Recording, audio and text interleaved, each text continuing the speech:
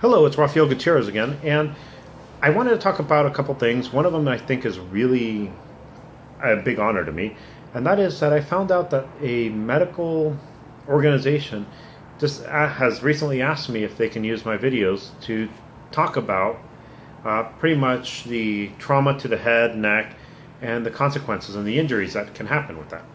And to me, that's a big honor because pretty much someone who studied medicine, to have other medical professionals see that as value, I can't see a better honor than that. Now, the other thing it actually does is it tells us who are in martial arts something very important, and that's this: a lot of us in martial art sometimes talk about how academia doesn't take us serious, and part of the reason has to do with the fact that many people in martial arts will talk without giving it any evidence for what they're talking about. They'll just talk, and everyone's supposed to listen to them because, well, they're the grand poobah of their dojo, and why shouldn't everyone listen to them? Truth is, if you don't know what you're talking about, you just don't know what you're talking about. So that is one of the big things that, yes, if we give evidence, if we show what is actually reality, people will begin to take us serious. Now, there's another aspect to this that is important for me to mention. One is this: I use Western medical science to describe all these injuries. The reason is that's what I know. Truth is, there's a lot of people who claim to know Western medical science, and they couldn't dissect a frog and find a sciatic nerve if their life depended on it. Sciatic nerve is present everywhere. You should know where it is if you know any clinic, if you're claiming to know any clinic. The other reason I mention that is sometimes people ask me why I don't talk about Chinese medicine in this.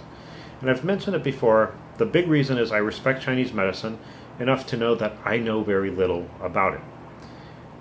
And I would really love to find a doctor in Chinese medicine who would actually be able to talk about what's happening in martial arts and show us pretty much with their knowledge of Chinese medicine how things work and why.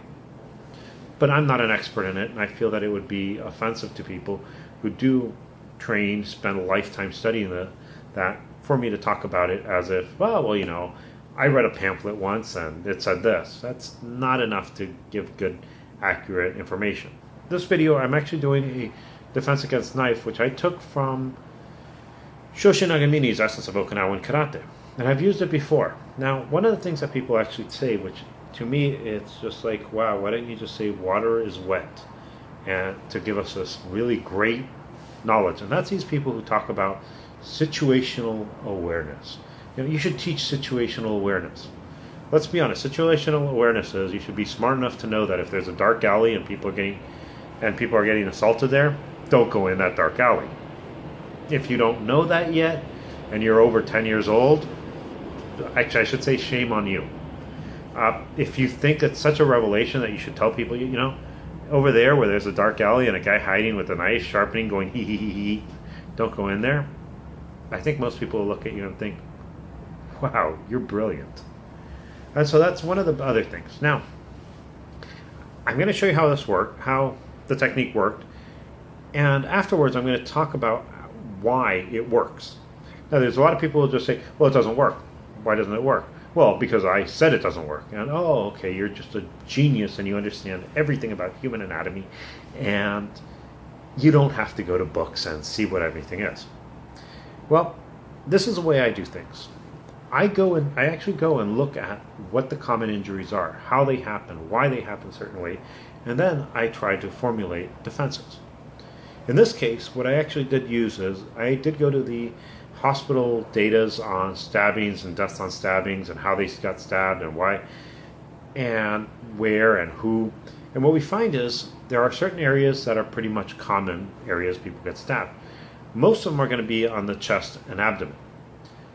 The other interesting thing about stabbings is most people did not see the knife until after they got stabbed. There's actually one gentleman who talked about how he got stabbed. He didn't realize he got stabbed until he felt his stomach because he thought he got punched, looked at his hand, and it was bleeding. So this whole idea of the guy with the knife standing there and, I'm going to get you, or the yee psycho, well, it's not realistic. Now, I've talked to a couple people who study knife fighting and Filipino stick fighting, and one of the things that one guy who actually taught knife fighting told me is if he ever got assaulted and someone pulled a knife and said, give me your money, as a knife fighter, as someone trained in knife fighting, he would hand it, politely grab his wallet, hand it to the gentleman, or throw it, and pretty much figure he got off on the cheap. Think about it. If you're an expert knife fighter and you get stabbed, even if it's completely dumb, stupid luck, a hospital visit can cost you easily $2,000-$3,000. I don't know many people who carry $2,000-$3,000 in their pocket. I personally only carry about 20, so if someone assaults me, it's like I'm off cheap. I lose 20 bucks. Hey, big deal, right? Now, here's another thing that and so one of the things that is important when you're dealing with knife is how are people going to stab you? Like I said, the guy who's holding a knife saying, give me your money, chances are you give him your wallet, you're going to go home. If the guy is not showing you the knife, he's coming in and stabbing. Now, what I ended up finding is most of those, the person gets as close as possible, sometimes putting their hand on the back of the neck, sometimes grabbing the shirt. So they're here, and they stab. Now, the technique I used, that technique that the woman used, you'll notice, uses that motion. And you'll see why it worked. Then I'll tell you why it works. A lot of times people will say, oh, but you're going to have multiple attacks going, ee. And if you think it's not going to work, I challenge you to tell people this. When you do the technique, don't grab the hand, but hold it, push the hand down. You'll see what I mean. As someone tries to stab 100 times. Use a child if you can. Now, if it doesn't work, well, hey, it doesn't work against a child. If you're an adult and it doesn't work for you, you really have to wonder what you're training in. Because I've actually seen it worked for most of my students against other people who even said that it wouldn't have worked. So, next I'm going to talk about why this works. Sorry. So, last time I actually taught something where it was put your hand up and slap down at the punch. Remember that one? Mm-hmm. So from here I grab, other hand goes up, here, open, other hand pulls back. Now if I punch, slap things out. Then you slap and punch the other hand. How's this looking? It's looking good. One more time. There. That's actually the move. Now, actually what I want to show you is this. Doing the same move. Don't change the move. What I mean is do it exactly like you did that first second. So arm comes up, soft. Remember, you're not actually trying to block. The other hand comes back to pull. When I stab, there. Now I'm going to show you something. Some people say it doesn't work because I'm going to come 5 times. Don't even worry about the 5 times. Hold the arm when he comes down. So here. What do you notice? Do you see what I'm talking about? Mm-hmm. How close did it get to touch here? Not that close. And if you look.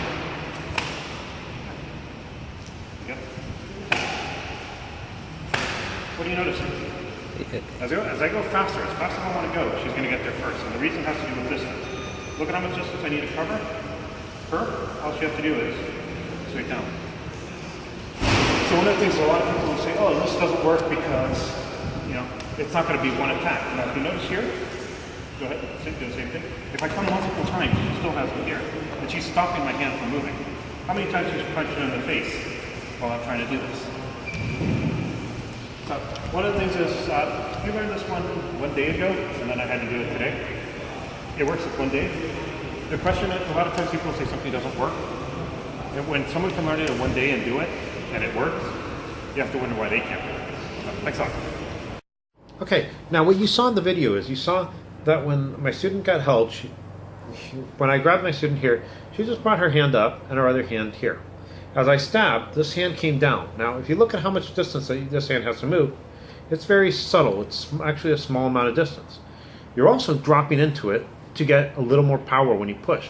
So it pushes my hand away. Now, as you notice, when my hand got pushed away, the fist came and hit me right about here. The reason is you want to get that rotation of the head. It can be lethal, so be careful.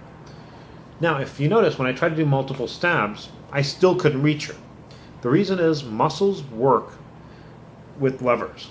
And most of your muscles that you notice, if you're trying to do this here, those muscles are up here, and they're pulling on an area up here. That means that they actually have to develop a lot of force to move this distance.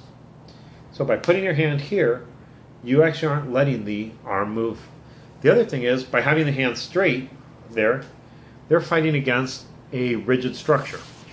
What I mean is, I'm going to use my book so you can see what I'm talking about.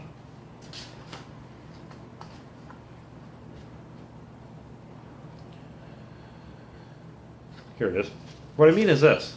These bones work like a hinge. When you're pressing here, you're trying to bend the elbow. But when your arm is straight, it's actually a straight line between the elbow and it's actually the ulna, radius, and the humerus. And so what happens is you're no longer just fighting hand to hand.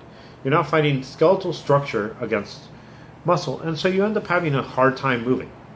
Again, the other thing is it's lever mechanics, and so you actually need to develop a lot of force here to be able to move here. Some people say, well, you can use your shoulder. Well, you're actually going to do the same thing. On your shoulder, you have the muscles pretty much here, which are really small, by the way, trying to move up, and they're not letting you get that stabbing motion. And so what ends up happening is you neutralize a stab. Now, this is a question I asked someone. I have a 9-year-old girl who can punch with, like I said, about 2,000 newtons of force. Average adult human can punch with 800. That's still enough to break bone. That's still enough to cause knockouts. That's still enough to do damage. Now, how many times can you get punched in the face hard and still continue to move up and down? Now remember, this person's not going to punch you one. They're going to punch you 100, as many times as you want. Now, if you still think this doesn't work, I don't recommend trying this, but have someone punch you in the face and see a couple times while they try to stab them and see how it works. No, I hope you enjoyed this. Thank you, and goodbye.